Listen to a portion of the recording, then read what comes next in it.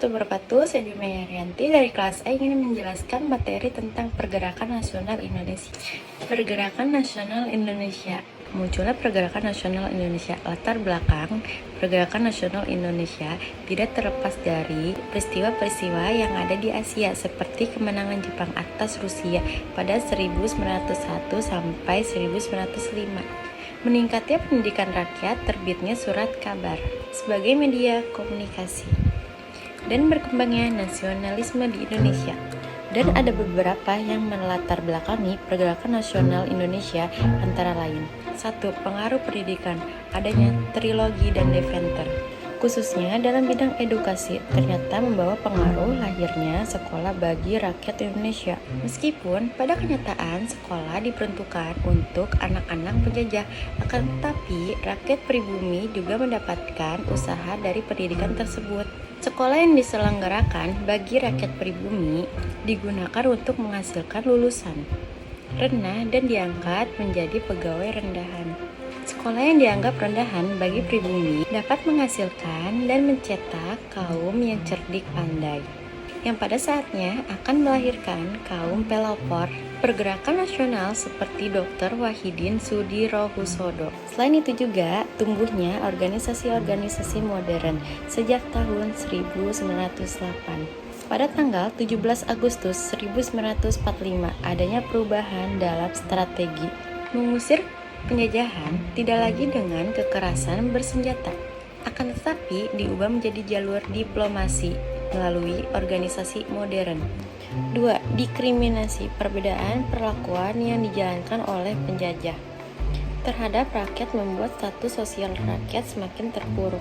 Rakyat pribumi ditempatkan pada golongan terbawah, sedangkan rakyat penjajah pada golongan teratas. 3. Pengaruh paham baru.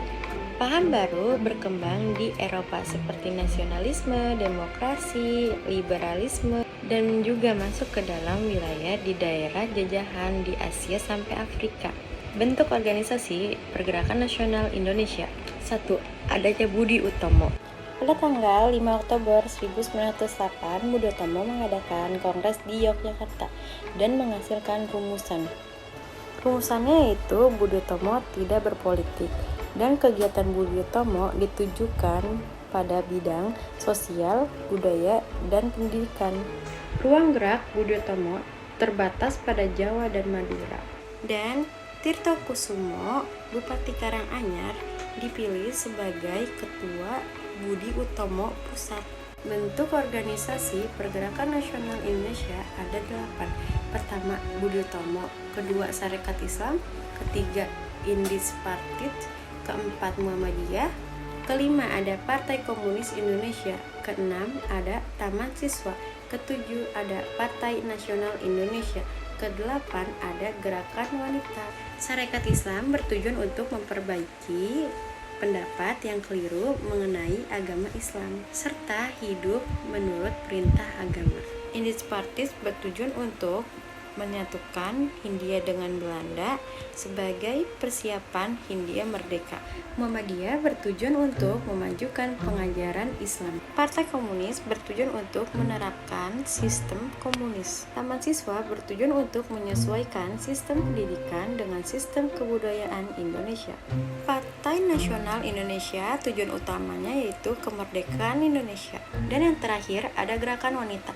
Gerakan Wanita itu bertujuan untuk memperjuangkan dan mempertahankan kepentingan hak-hak perempuan. Baik, sekian penjelasan dari saya mengenai materi Pergerakan Nasional Indonesia. Kurang lebihnya mohon maaf. Wassalamualaikum warahmatullahi wabarakatuh.